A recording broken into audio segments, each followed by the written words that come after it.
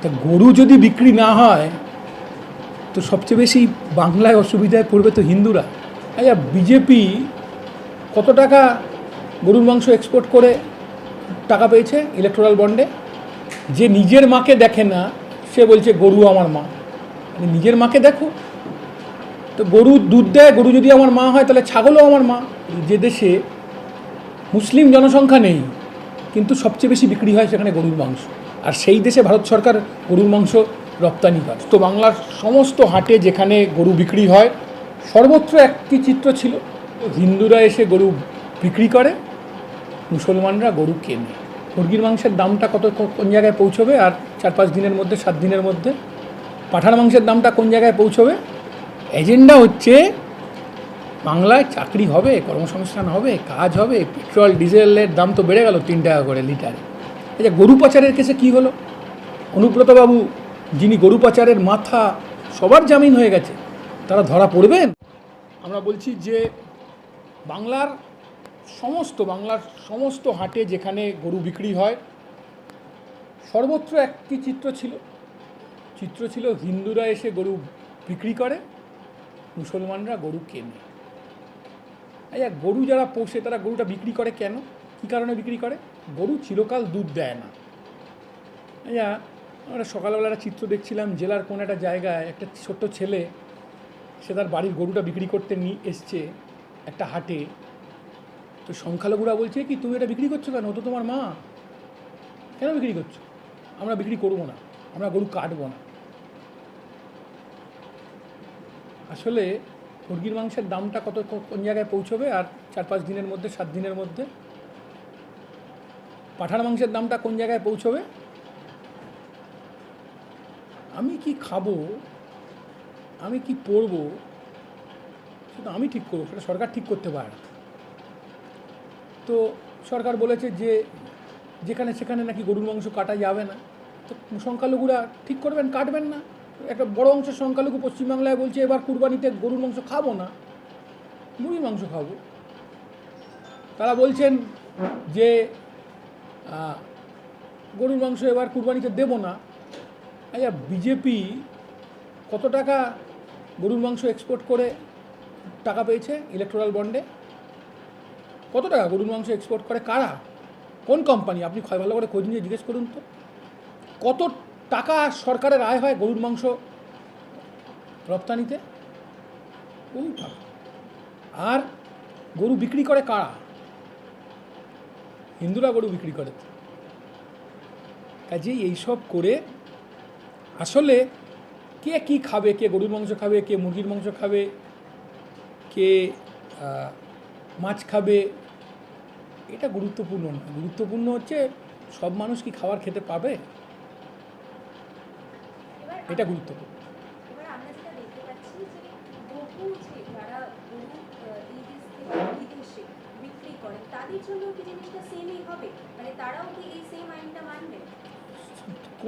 আচ্ছা বলো তো, যে নিজের মাকে দেখে না সে বলছে গরু আমার মা।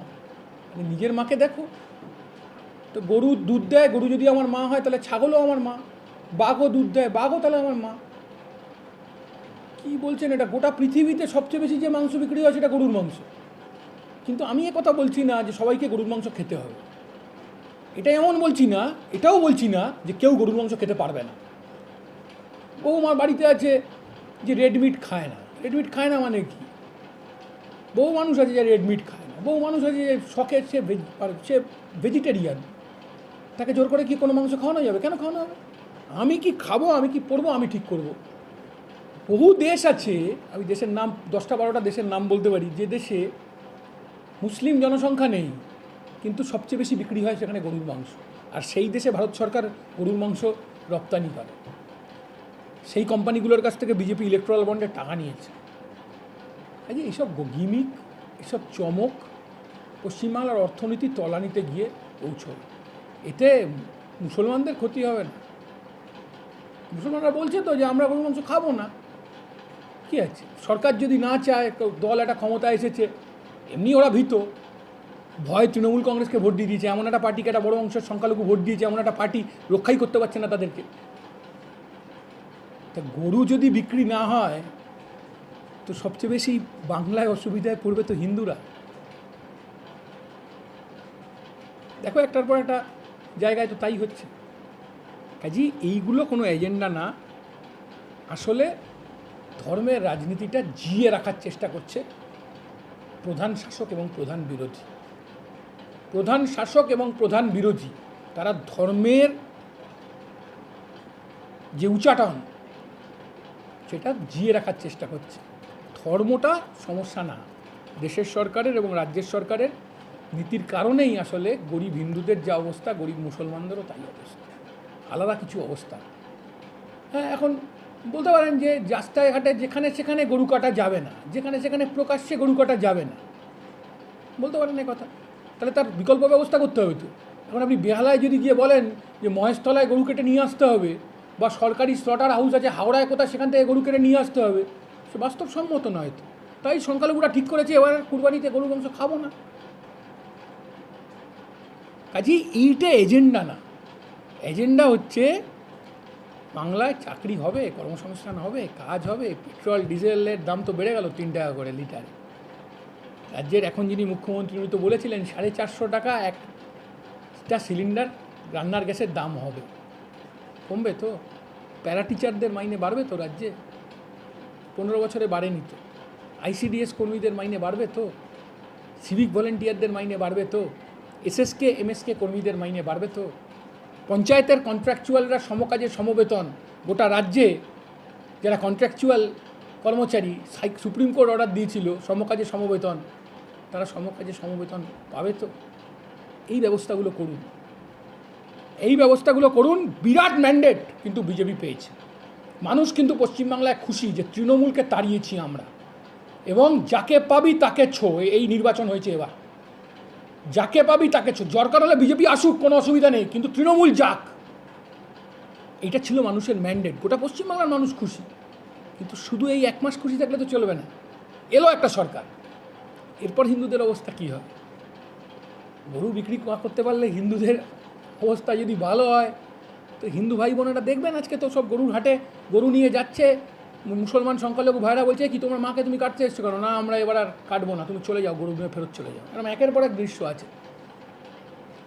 তাহলে সরকারকে ব্যবস্থা করতে হবে। ঠিক আছে, সংখ্যালঘু ভাইরা তারা রাস্তায় গরু কাটবে না, না কাটাই উচিত, রাস্তায় প্রকাশ্য রাস্তায় না কাটাই উচিত। কিন্তু তাহলে তো বিকল্প স্লটার হাউসের ব্যবস্থা করতে হবে,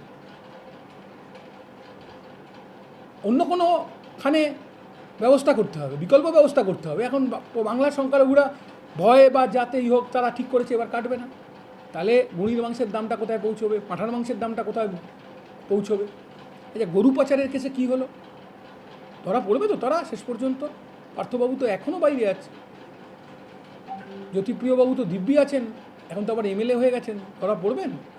অনুব্রতবাবু যিনি গরু পাচারের মাথা, তার দেহরক্ষী, সবার জামিন হয়ে গেছে, তারা ধরা পড়বেন? এইগুলো দেখুন। আর কে কী খাবে, কে কী পড়বে, সেটা মানুষকে ঠিক করতে দিন, সেটার উপর চাপিয়ে দেবেন।